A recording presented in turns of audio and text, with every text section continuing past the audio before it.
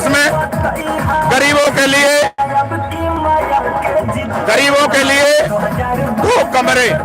दो कमरा latrine bathroom और किचन बना करके दिया, पूरी सुविधाएं उनको दी, ग्राउंड दिए, स्कूल दिए। उसके साथ ही कांसीराम आवास योजना के तहत 1,25,00,000 मकान बहन मायावती ने बनाए हैं। अगर हमारी दिल्ली में 7 सीटें जीतते हैं और हम सरकार बनाते हैं तो हम पूरे देश में 2 कमरे के सेट, लेटरिन बाथरूम और बना करके लोगों को देंगे। और जो बेरोजगार लोग हैं उनको जहां भी हो सकेगा उनको रोजगार देने की कोशिश करेंगे। सिलेंडर के दाम सर कम होंगे या नहीं आपके शासनकाल में, बीएसपी के शासनकाल में? देखिए जी, सिलेंडर का जो काम है वो पूरा ओपन हो गया है कि भाई ये उद्योगपतियों का काम है जी। उद्योगपतियों के पास ये सारा व्यवसाय है। अब इन लोगों से भारतीय जनता पार्टी, कांग्रेस, आम आदमी पार्टी, समाजवादी पार्टी और जितनी भी देश की पार्टियां, सभी पार्टियां इन लोगों से चंदा लेती हैं और चंदा लेने के बाद जीत के आती है। और जब जीत के आएंगी तो उद्योगपतियों अपने जो उनका ब्रांड है उसकी कीमत वो अपने दम पे बढ़ाएंगे। महंगाई करके वसूल कर लेते हैं कीमत आपसे। अब मुद्दे की बात यह है कि जो लाखों करोड़ों अरबों खरबों रुपए के स्ट्रीम मीडिया में, प्रिंट मीडिया में और होर्डिंग, बैनर, तमाम किस्म के जो विज्ञापन लग रहे हैं उनका खर्चा वो आपसे ही वसूलते हैं महंगाई करके। ये सारा पैसा इलेक्शन के बाद हमारे लोगों से ही वसूला जाएगा। ये कोई गांठ से कोई नहीं देता, ना कोई राशन देता, ना कोई बिजली देता, ना कोई पानी देता।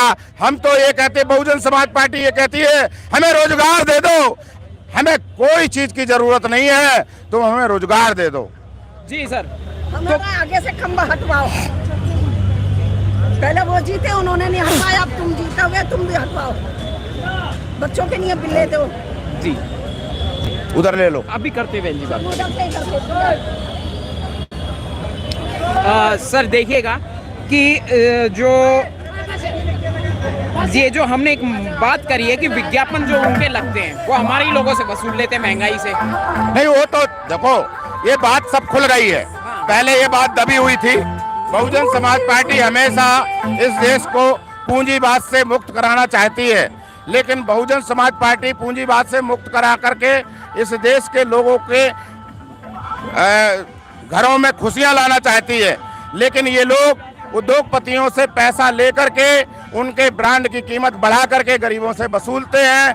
वो वसूली बिल्कुल बंद हो जाएगी यदि बहुजन समाज पार्टी देश में सत्ता में आई तो। आरएसएस की और तानाशाह की, बीजेपी का जो तानाशाह है उसका खौफ लोगों के दिमाग में बहुत बुरी तरह से ताजा हो चुका है। वो खौफ कैसे खत्म होगा? नहीं, देखो, ट्रेन में चलते, गाड़ी में चलते, रास्ते में चलते, सबके दिमाग में खौफ। जो गलत लोग हैं उनको खौफ है।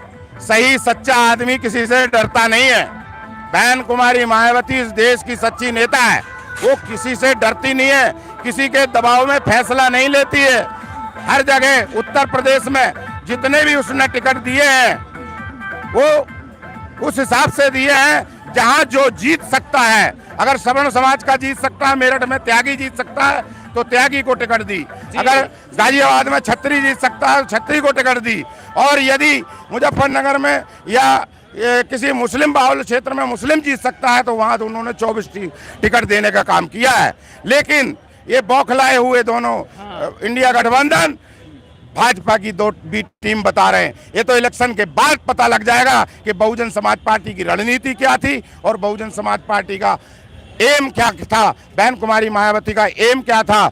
और इस देश में सत्ता परिवर्तन होगा। बहुजन समाज पार्टी इतनी सीटें लाने जा रही है कि इस देश में बहुजन समाज पार्टी की नेता बहन कुमारी मायावती को प्रधानमंत्री बनाने के लिए तैयार रहना होगा इनको। ईवीएम के विषय में थोड़ा सा कुछ बोलेंगे कि ईवीएम जो है देखो बाधा बन सकता है? ईवीएम में इस बार इस तरह से हो रहा है। एक वीडियो मेरे पास भी आया है जी साहब।